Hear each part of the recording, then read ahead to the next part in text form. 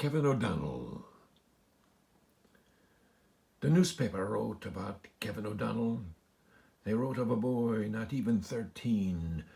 They wrote that he suffered and now he was gone. More words followed describing the scene. There were words about bullets, words about guns, and words about men being fools. There were words of how people had closed up their shops or decided to stay home from pubs and the schools. Others dressed in their finest to pay last respects. Then they took the good book from the shelf and carried it with them to bury a boy shot to death, point blank, at the ripe age of 12. Shoulder to shoulder, they filled the old church to sing hymns and join voices in heavenly prayer. And when Kevin's father spoke of his son, the tears flowed like beer at a holiday fair. Dad spoke of a boy with a rosy complexion, an innocent lad who could not misbehave. He spoke of the boy, then promised his mother Kevin would not be alone in the grave. It was raining when they planted Kevin O'Donnell, so they stood getting soaked in God's unsalted tears.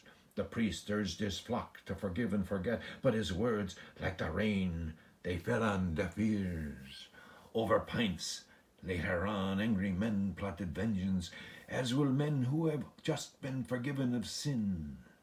They drank and they talked of how Protestants needed to have one of theirs, get dug in. 'Twas a musket that captured young Catherine Bishop. A bomb took Fitzpatrick. A knife ended Brown. And the priest and the ministers stood with the mothers, watching the membership dwindling down. So the men lay with wives to plant some new children, create some more souls for the churches to save. And the clerics, they preached for love everlasting, while Kevin, he lay alone in the grave.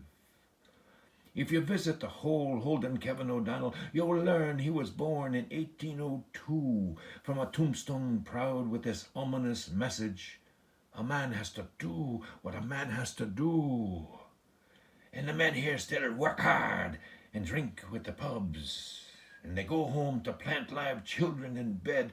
They pray with their wives to ask God's forgiveness, then sneak off to add to the list of the dead.